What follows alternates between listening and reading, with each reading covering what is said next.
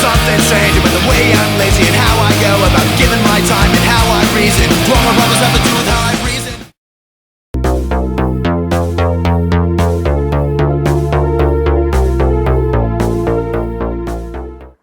Hello YouTube, it is Bullet JB and I haven't had a marker head-to-head in a while, so let me go ahead and put one of the premium guns out there and one of the mid-range so that we can put them head-to-head. Now a lot of you guys are asking, before I get into that, my channel has changed from Bullet JB to PB Obsession. So if you guys have that confused, don't worry, it's just the channel change. I'm changing the name. So let's get started. So a couple of things I know that a lot of you guys are asking is, Gtek, wow, it's so good. Is it worth going to the CS1? Is the CS1 that good?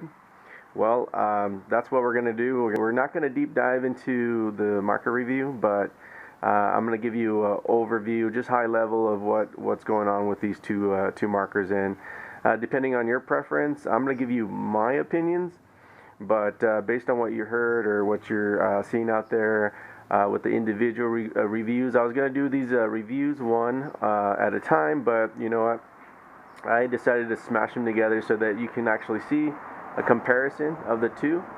So let's get started. What are the similarities? So with the CS1, the similarities are the engine. Obviously they took the engine of the CS1 and kind of almost dumb it down and then put it into the Gtek. Planting clips have always been punching out markers that are very reliable, super reliable guns, accurate shots. I mean, those are the few things that you look for in a marker. So, but when you're talking about the similarities, they shoot great. Both of them shoot awesome. But then it's the differences. I assume that most of you guys are wondering, what are the differences that will make you choose one over the other, right? So let's go ahead and tell you a little bit about the differences. Composite frame versus metal frame. Okay, all metal body, composite. Most of this is composite, but I never really, it never bugged me that the composite frame versus metal frame. Obviously, a metal frame is more premium, and if the look and feel is a little nicer, but as far as function-wise, it doesn't do anything. Barrel, you get an upgraded barrel with a CS1. One of the best barrels that Planting Clips is punching out right now.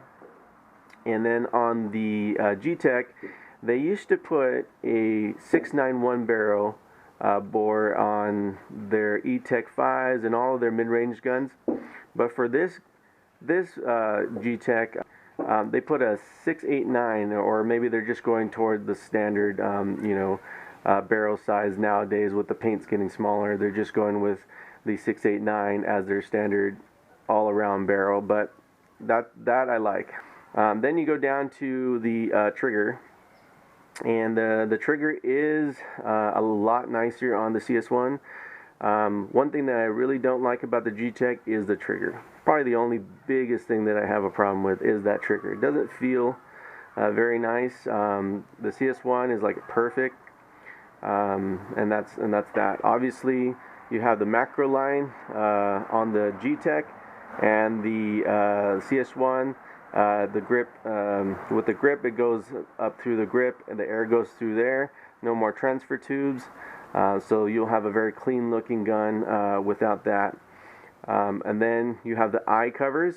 Obviously that's toolless, and this is not. You'll need a Allen key for this. It's also composite. And then the feed necks. See how that the CS1 has a thumb wheel.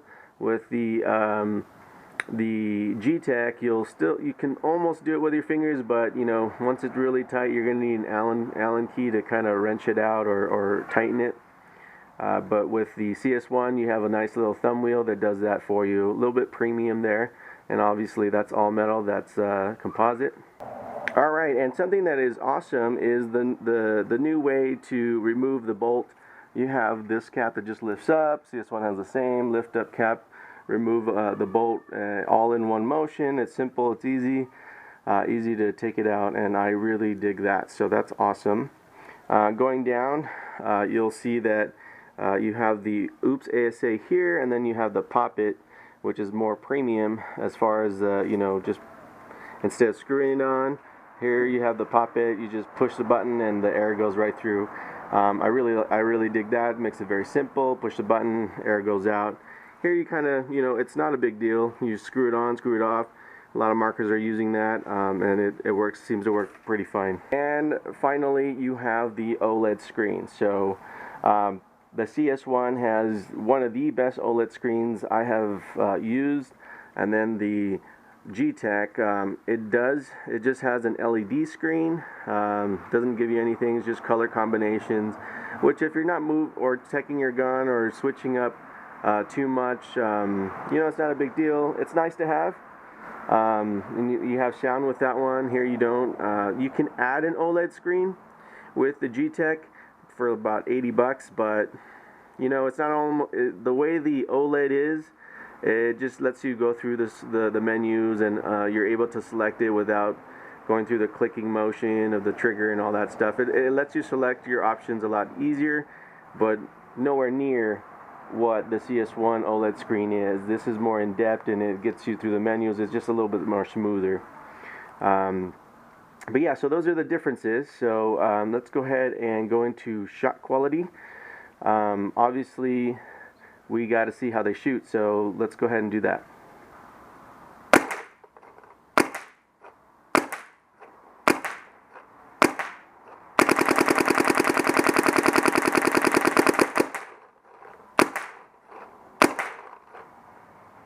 Okay, that was the Gtek.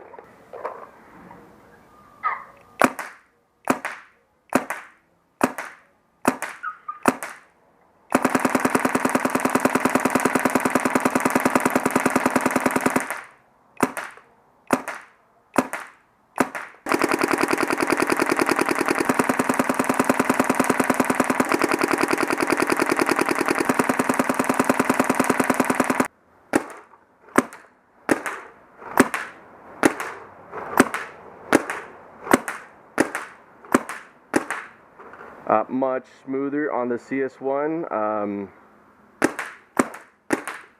Not that the Gtek is not smooth, but you can feel more of a kick.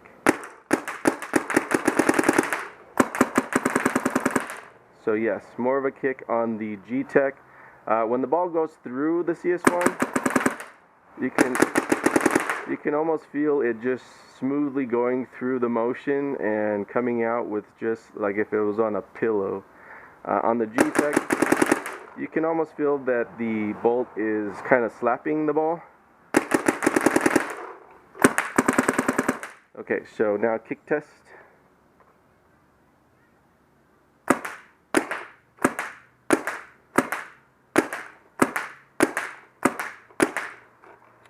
About the same. I wouldn't say one kicked more than the other. Weight wise, pretty much the same. So there you have it. So as you know, I'm going to give you my opinions of both markers. There's a reason I have one of each, because I wanted to get something with a premium build, and I want something with reliability and something a little cheaper. So those are the biggest two differences. And my opinions are, if you have a Gtek and you're thinking, do I want to spend more money to get something that will shoot a lot better, and maybe you'll increase my game, then I would say don't do it. Okay? I think Plenty of Clips kind of shot themselves in the foot when they built the Gtek, because it's super reliable. It shoots amazing, and you're not going to know the big difference when you're out there on the field. You really aren't. Okay, so if you're looking for more of a performance, I don't think it's going to be there. But there's a reason why people buy Mercedes and BMWs and not a Honda, because they like that premium build, and they don't mind paying the extra money for the different features that a gun has. Obviously, the all-metal build, the trigger, the toolless eyes, the popped ASA, the OLED, the nicer barrel, the smoothness with the larger chamber in the CS1 makes a difference. So if those are the comforts that you seem to like in a marker, and if that's something that is worth it to you, go ahead and get the CS1. I bought the CS1 first and then got the Gtek after that. Would I have bought the Gtek if I had bought the, would I have bought the CS1 if I had the Gtek? I don't know, that's a tough one. Probably not. Okay, so for me, probably not. But would I give up the CS1 and keep the Gtek? Probably not either. I like them both, so these are just two great markers. So let me know what you think. Comment, like, subscribe.